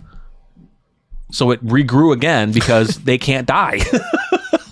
You know, which is wild. It's wild. No, the Akui kids. The Akui kids are the children of. I don't think they were all the children of Tabitha. Maybe and Jade. not all of them. Maybe one. I think the one that came up was maybe another one. Okay, so the rest might be maybe the two that were showing themselves to Tabitha might have been. Yeah, I think the others were previously sacrificed. Sacrificed children. Yeah. And they were saying Akui because it means remember. They were trying to get them to remember, and it revealed to us that throughout the hundreds of years, Tabitha and Jade, even though who they are now, they've never met each other and been with each other. But you can say past lives. They had past lives where they were part of the original town. They had kids together. Jade was Thomas. No, I'm sorry, not Thomas. Jade was Christopher. Tabitha was Miranda. Yeah. And then you just keep going backwards all the way back. They have been here the whole time. And throughout the hundreds of years, they have been reincarnated or come back through past lives of other people, and each one has failed. That is absolutely insane. Absolutely insane. And it was heartbreaking. It was heartbreaking not just for Tabitha. When Jim found out. It was heartbreaking for Jim. I really, for anyone that's ever been in a love triangle or that's been cheated on or that's lost someone that they love, and I understand that's not this situation. It's quite different. But his reaction shows you can see the heartbreak. The heartbreak at that RV. Just done. Yeah, he puts his hands on his legs. Like, he couldn't understand. Like, she's trying to explain it. You know, it's going to be so hard for somebody to understand. And she's like, I just need some time. You know, she's telling me, like, don't touch me. But she's like, I need some time. And he's like, okay. And when she left, you see the look on his face like, I have just lost her forever. Pretty much. That's probably what he felt like. Yeah. Like not that she's gonna go be with Jade. It's just she was never mine. True. Yeah. That's heartbreaking. This person has never been who I thought she was because she never belonged to me. She just found out who she actually is. Now, I don't necessarily think that Tabitha is not going to go to Jay. Like we're not to get like if he had survived, which he didn't, they would have been together, right? I just think he's got children with her. Like it is a different time. It wasn't like she's saying, oh, because Jade and I had we were different people back then. They're not like saying, I'm going to fall in love with Jade and we're going to be together. That's not what she's saying. She's just telling him what her past life was. And to Jim, though... Which I'm going to take her side. He's hearing this and like, oh, fuck. Like, I'm going to go on her side. Yeah. Imagine realizing that. It's a lot for her. You can see it. We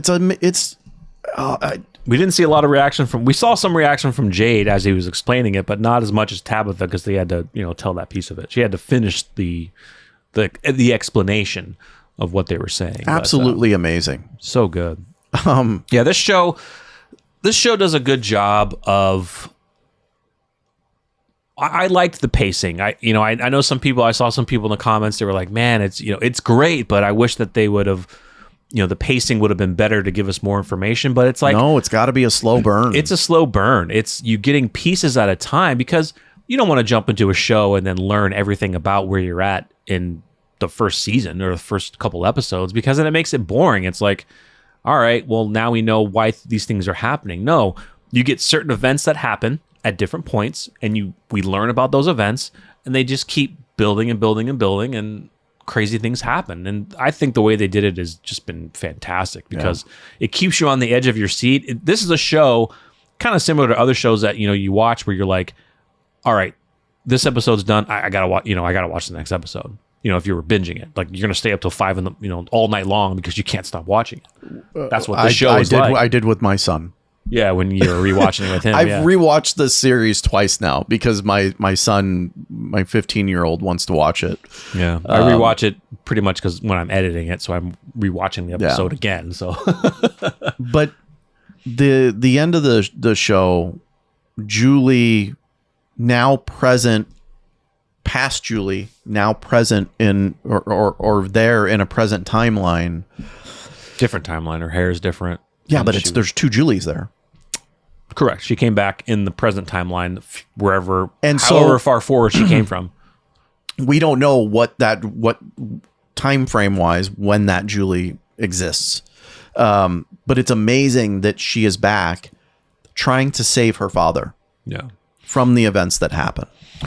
Well, what makes it cool is she's just learned about this ability, because she went through the ruins, she saw herself, and we found out that she supposedly threw down the rope to Boyd when he was in the dungeon, right? So she got this because of Ethan mentioned that, you can't go back and change the past. The conversation with Ethan was very interesting. That's what really got her interested in it. And that's what I think she's trying to do, because when she was frantically telling her father, she was like, I have to try to change this or whatever, right? I can't remember the line, but she says she has to change it, even though Ethan said, you can't do that. You can go back to those places and see things, but you cannot change the past. But she's like, okay, after the events of what just happened, of Jim dying, she's been trying to do this for however long in the future, and then she's like, now I'm going to go try to do it. But it's amazing. We haven't seen that, right? We haven't gotten there yet. That's what's amazing about it is, I think in the diner when Ethan's explaining that to her, you start seeing her kind of put things together like, okay, I can't use this as a tool to change the past. It's not until she learns that her father's dead that she's going to say, wait a second, I have to at least try. I'm going to try it. Yeah. So if we start next season with a short, black, straightened hair Julie, then we're in the future. We know we're in that Julie that we saw. Yeah. We've time skipped to that point, awesome, dude. To where she's going to start maybe practicing and trying to do things, and then she's going to make the decision to go do it. But here's the thing: is it all for naught? Can she save him, or is she just can't do it every time? If she can, because how will it change the future? So at that point in time, I mean, we don't know that Jim's dead, but he's dead. Likely he's dead. Likely he's dead. She wouldn't be going to that moment in time if he wasn't dead. Right. He's dead. But that's the thing, though, is that one and done then? So if he's dead, she can't go back at a different point and try to do it. I don't know. Because how does that change the future? I don't know. We're getting the hot tub time machine, Back to the Future type shit. I'll give you one question further. Is she the only one that can do it? What's his name? Who? Scarface. Gosh, it's been so long since I've watched the show, guys. I have a terrible memory. Randall, thank you. And what's the girlfriend's name? Marielle. Can they do it? Because they were all there together. Or is it only those three that can do it? Ooh. Or is it anyone that just goes into that dungeon? I don't think it is. I think it's only the three. Yeah. Yeah, because we knew that Boyd came out that way by showing the light, but we've never seen him attempt to go in. Julie's the only one that we saw go in, and that's true. I wonder if Marielle and Randall can do it, since they all three were captured together. Maybe they all have that ability. And here's another thing, like you're also saying, like, can it be done again? Meaning, can Julie go back to the event? Well, the interesting thing about that is the future Julie seemed to know exactly what she was doing. Mm-hmm. She was in the forest. She was in that exact location. She was yelling for Dad. She was yelling for him. And she's like, you have to go now. You have to leave now. I have to change. It makes me believe that she's kind of worked it to where she can control it. Correct. To get back at that exact point in time. Yeah. It's awesome, dude. It's awesome.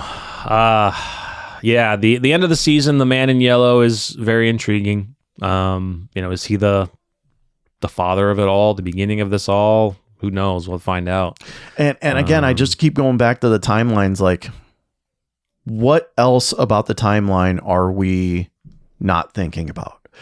And so I continue to go back to this scene where Julie first arrives in the town, and they're rushing to the colony house because they're fresh off the crash. Oh, I know what you're leading to. Uh-huh. And she gets up on the porch and she sees an entity that says, "What, you don't recognize me?" You get this from Reddit, right? Yes, I did. Yeah. Is that Ethan? Yeah, Josh brought this up to me, and if you look at a side by side between that, sorry, I didn't mean to interrupt you. No, it's he brought this up to me, and it's a very interesting theory because it's always stuck in my mind why they had that entity ask her, "Don't you recognize me?" Right? Now, at first, I was thinking, well, maybe it's somebody that he's trying to make her think is that she knows him to bring her in to kill her, right? Yeah. But then when you mention this from Reddit, is that Ethan? And I'm like, well, if that's Ethan, is it an entity that's just taking a shape of the older Ethan who's still alive in the future? We haven't seen any of them take shapes of previous characters. Right?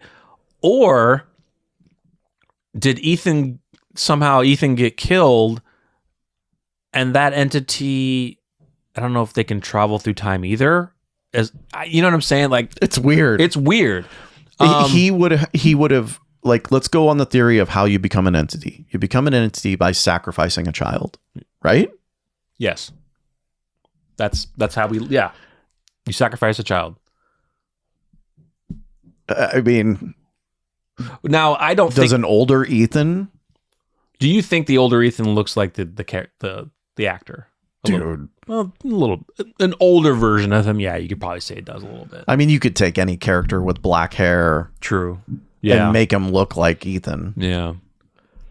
I'm just saying, like, so how would that entity, if it was, let's say, an older Ethan entity, how would that happen? Reincarnation. We've seen Miranda reincarnated. We've seen Jade reincarnated, right? Okay. Yeah. Could at some point Ethan also be another character that's been there multiple times to the point where he was an adult and sacrificed a child? I see where you're at now. Okay. I'm just trying to make sense of it. It's a pretty cool theory. It's a cool theory because it was weird seeing it. Like, hey, do you remember me? And I think in our reaction, we looked at each other like, what does that mean? Like, is it somebody that she's supposed to know, or is it he was just doing that to lure her in to kill her? But it's even the look on her face. She's shocked. It's the first time she's seeing that. Yeah.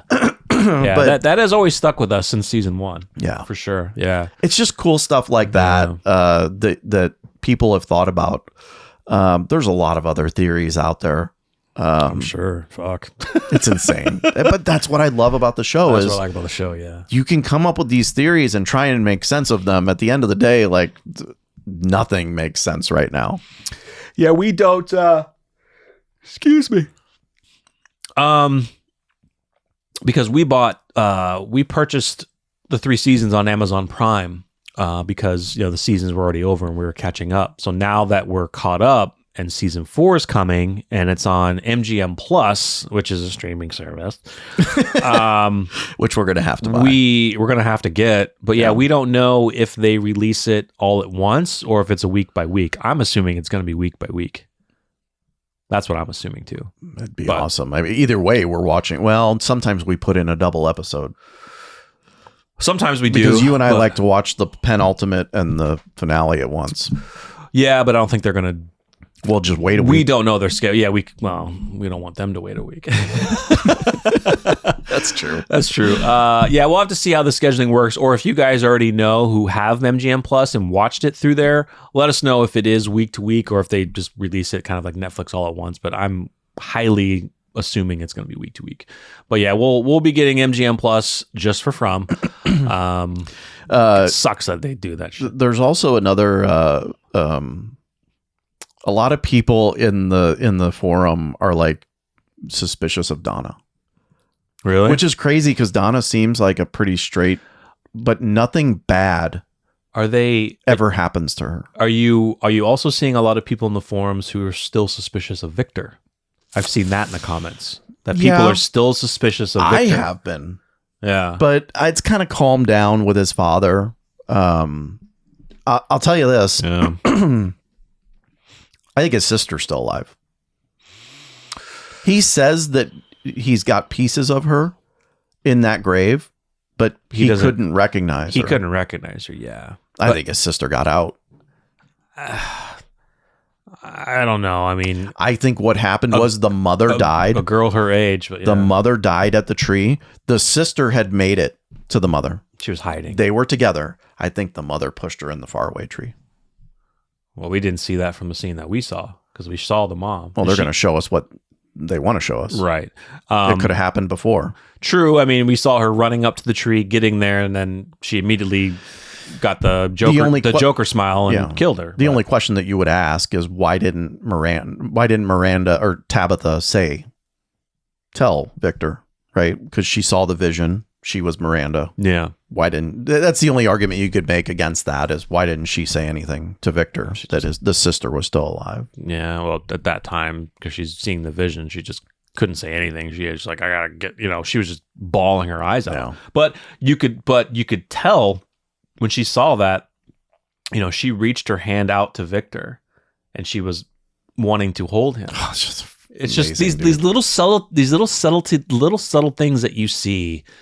If you catch it, it's really beautiful because after Tabitha saw that vision of Victor's mom at the tree, she, you saw her just go crazy and crying, and she was like, "Don't touch me, don't touch me."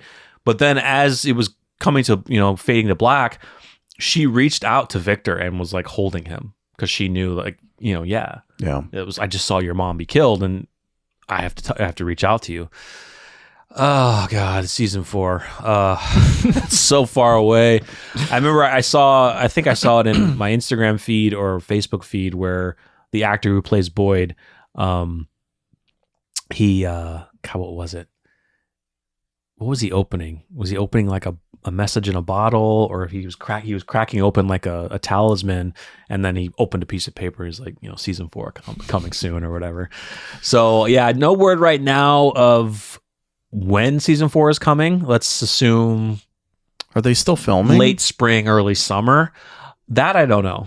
Yeah, maybe check I don't know if they're done filming. Check on the Reddit. See what I'll they have say. to check. I'll have to check. Excited, guys. That was an amazing recommendation by several of people in our comments of saying check out From. We checked out the trailer and we were hooked on the trailer. You never know with a trailer. With a show, like, you see a trailer, they're gonna they make the trailer look appealing. Did we watch the trailer?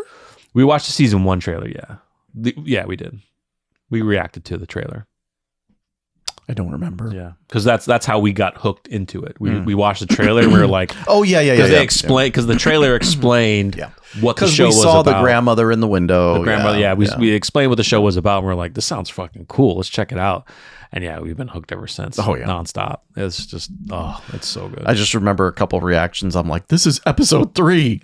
I know, because it was so amazing, and like you're not used to seeing like a third episode be like that great.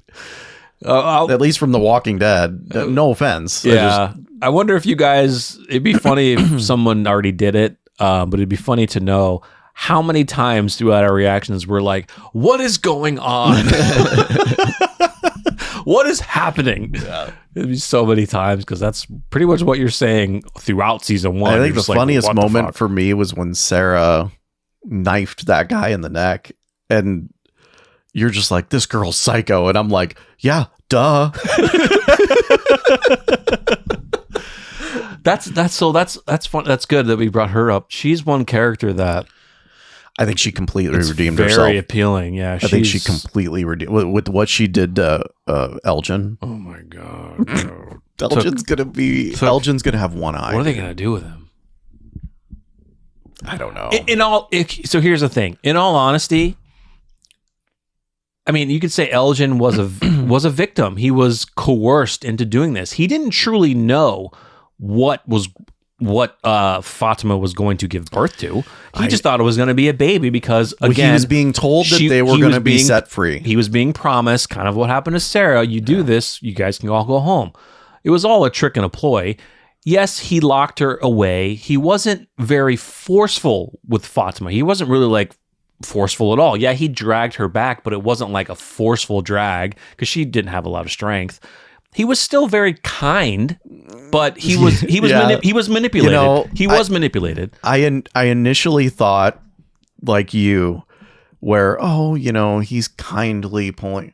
At the end of the day, that's a man. He did do it. Yes, taking a woman, locking her away, a pregnant woman, and locking her in there. Locking her away, lying to people, teaming up, with her husband to go look for her when he knows exactly where she is. And I was with you because the reason why you and I thought that is because he seemed like a gentle, he's a gentle guy. Human being. Yeah, he's a gentle guy. Yeah. And that you could never see him really hurting someone. Mm-hmm. Yeah. I mean, he let the place get to him. Yeah, what are they gonna do with him now? He got one fucking eye. And she just turns around. She's in the cellar. Dude, I just think if you're not a Sarah fan again. I loved it because I loved her line. Like, she's like, I'm not gonna let Boyd do this because he's dealt with a lot. I'm like the shittiest person in this town. Everyone hates me. I will do it. Yeah. Because what are they going to do to me? That's badass. That's badass. The one thing I did miss a lot in season 3 was I did miss Kenny a lot. Yeah. Kenny was he wasn't really in there too much. Kenny was a little bit absent. Yeah. Kenny was a little bit absent. Well, I mean, other than with everything that he learned. You know what though? It makes sense, right? Here's someone that lost his mother. That was early in the season. That was so sad. And then what happens? He's not around that much. Yeah. I mean, it makes sense. He's grieving. Writing wise, it makes sense. Yeah. You just miss it because he was so prevalent in season 1 and 2. And then season 3, he finds out what happened. But the beautiful moment between him and Boyd of how when Boyd explained what his mom said as she was dying was beautiful. Yeah. A horrifying death, but the fact that she's just like, take care of him, in Mandarin, and he spoke it in Mandarin. Like it was such a beautiful moment, but so heartbreaking for Kenny of how he lost his parents. So knowing that they can't truly die. The entities? Yeah. Yeah. Does Boyd even go back to his plan of capturing one? I don't see how not from what he saw, because he saw the birth of the entity he killed, so he knows exactly what happened. It's just insane. You can't kill them because they have been given eternal life by sacrificing their children. But here's the thing. Had Fatima not gone down there, she wouldn't have birthed it. It didn't exist. Her stomach wasn't growing. Her stomach wasn't showing until she got down there. You could make an argument it would have killed her. Probably. Yeah. So is that how you truly kill one? Or would it just have moved on to the next woman? Right. Well, the one line that still is stuck with me with Elgin is when he went into the room and he turned to the Komodo entity and he asked, is this where it happens? Meaning it's happened in the past? Is that what you're getting at? Like, this is the birthing room. Well, here's the deal. There was someone else that was dead in there. There was someone there. And that was probably a woman that gave birth. Maybe. To an entity. And then died. Yeah. They just didn't really elaborate on what, is this where it happens? Meaning this is the birthplace where, this is where it's happened before, where you've brought someone who's pregnant and they give birth here. Is it quote unquote it? Or something else. They didn't really elaborate, so we're kind of left to interpretation and Reddit. Theories. Yeah. Who's the Komodo woman? And is she like the wife of the man in yellow? Well, I remember I think somebody got on me about it. They were like, I mentioned like, could this be Miranda or something, right? And then somebody said, I think I mentioned that. And then somebody said, well, she looks Asian. And I was like, doesn't really look, just because she's wearing a kimono, she doesn't really look. You can't really tell because of their skin. Tell because it's a dead thing. You can't really tell if it's Asian or not. But could it be the person related to the man in yellow? She seems like she has a job to do the birthing. Manage the entities, I guess, is kind of what I'm saying. Yeah. Like, okay, we have this agreement with you that you're living forever. We're going to need to make sure that happens in the event that you die. She's the headmistress of the entities. Yes. Yeah, that's a good question. Who is the woman in the kimono? Because she's not.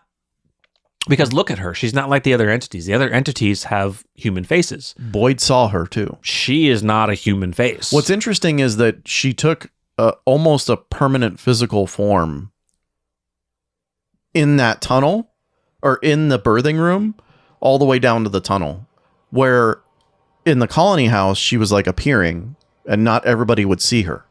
Correct. Yeah. That's right. You're right. You know, Yeah. but Boyd was seeing her. Boyd saw her. Yeah. Yeah. I mean, if you're Boyd, I got to imagine you're like, there's absolutely nothing we can do. I want to see. I'm hoping season 4 doesn't do a time skip, or if they do, I'm hoping Boyd had a freaking town meeting and explained everything that has happened. You know that's not going to happen. So here's the one thing. So here's the one gripe I could say about the show. They don't have people talk to each other about what they are seeing and what is going on. They're starting to. They're starting to have town meetings. But Boyd has to explain this. That, hey, you know the entity that I killed? Yeah. Fatima gave birth to that. And then Fatima can explain, because she knows why, Fatima can explain what's going on, right? And I'm hoping maybe Tabitha and Jade explain. That's going to be a little harder discussion, but does Julie explain what she has, or does she keep that secret? That she was able to go in there. Yeah. I want her to go talk to Randall and Marielle. Yeah. I want her to go and talk to them. And if she dies in a future, does she die in the past? Yeah. That's time travel fucking shit. Yeah, so many left unanswered questions, which this is what this show is. You know, now that we're caught up, you know, we're on pins and needles like you guys now. You know, in the comments, you guys were great, not giving away spoilers when we were catching up, and you know, you guys were like, oh, they're like, just wait till this. So like they didn't like spoil what it was. They're just wait till this, right? I know that a couple of people had mentioned that the paintings were important, the drawings were important. Yeah, a lot of people said that. And you know, stuff like that. I don't care that you put stuff like that in the comments. Oh no, because it's not spoiling. It's nothing that we're gonna go back and be like looking at those paintings and drawings is just no. They mentioned it's not spoiling anything. They even mentioned, hey, pay attention to some of the paintings in the opening credits. And then when you do see paintings again, like in Victor's room or somewhere else, like if you can remember, you know, try and remember like, oh, I saw that in the opening credits, or I saw it here. Yeah, it's wild. It's dude. It's a wild show. And I know we're probably forgetting some stuff, but there's just an overall review. I mean, it's been a while since we've watched it, obviously, but man, no, season 3 was great. It answered some big questions that we had questions about. There's still a lot of still a lot of questions. You know, I really want to know. I think I've said it. I really want to know the beginning of this town, of how it all started, and we might get that. And it might be the man in yellow.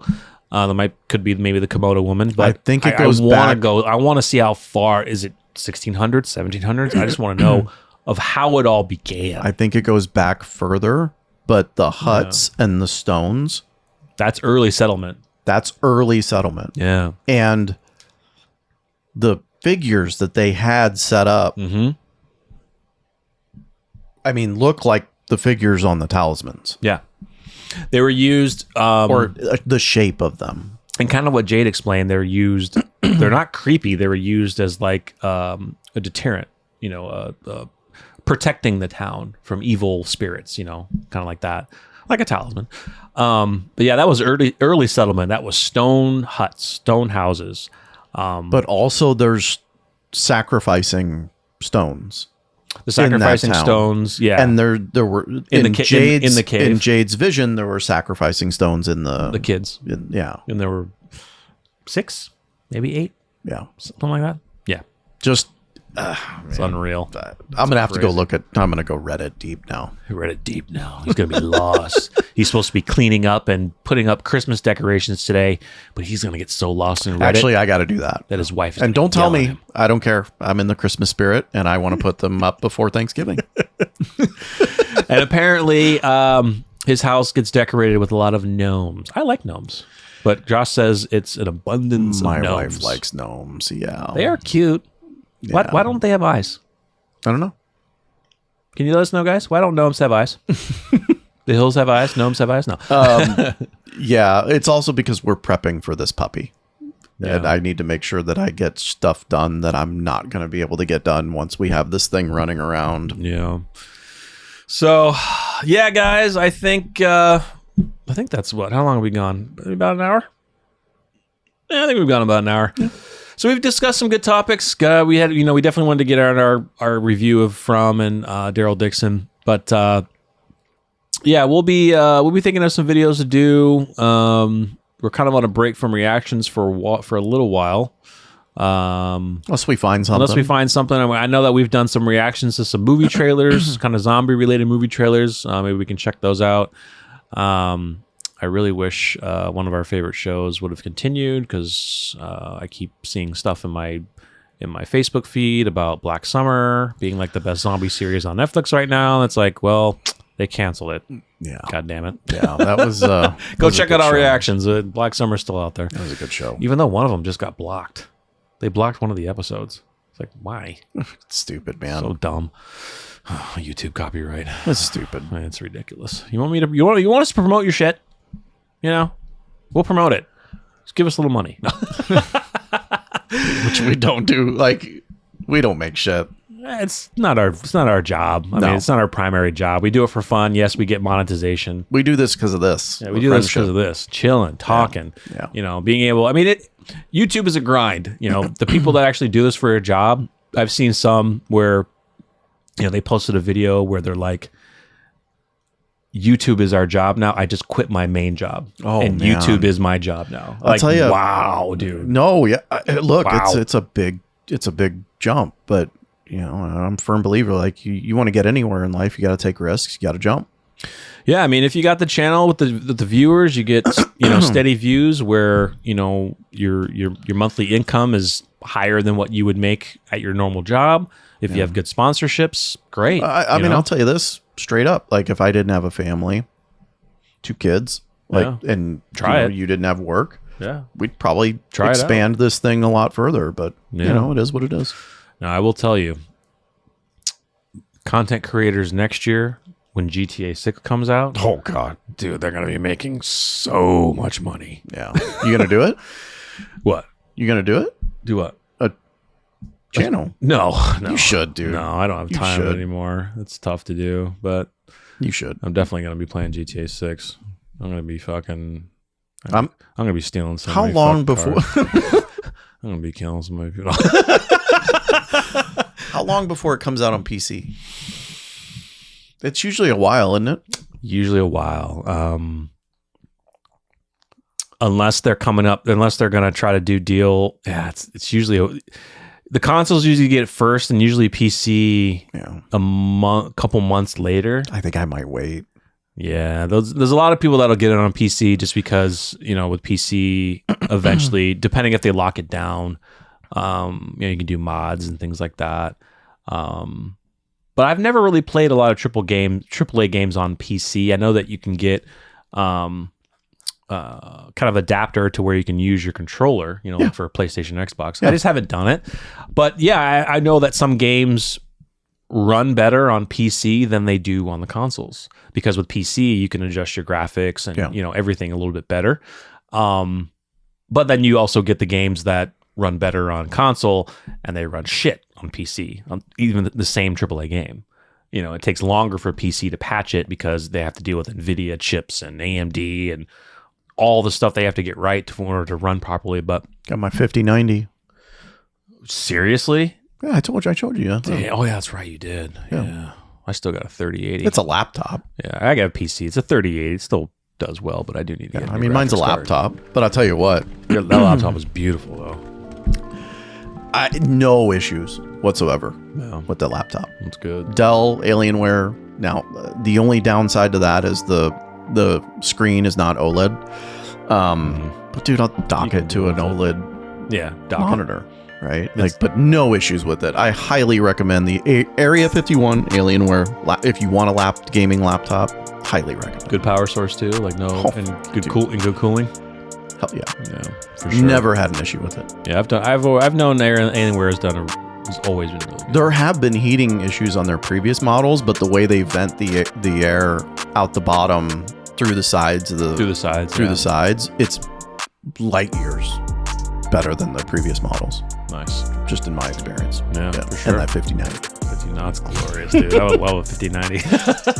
I think my video editing would just fly through because I use my GPU with a lot of editing for the video sources, and my 3080 does well. It doesn't take long to export it, but with a 5090, it just boosts that up a little bit more. It's sweet. So yeah, guys, just let us know your thoughts in the comments. Let us know how excited you are for Daryl Dixon, the final season, with the Rick reunion from season 4. If you are Dead City fans, let us know how excited you are for Dead City season 3, of how long you think that series will last, and story-wise of what they're going to do with Negan and Maggie. And Herschel, you need to get his ass back on track. Keep running away and falling in love with older women who are psychos. Post your from theories. Yeah, post your from theories. Yeah. Those will be fun. Yeah, those will be fun to read. So, all right, guys, we are out for the day. Good luck to everyone in football from Sunday. Go Fins. Niners will win. Fins up. Fins up. Niners down. All right, guys, we'll see you later. I'm Jarrell. I'm Josh. We're NocBro Nation. We're out.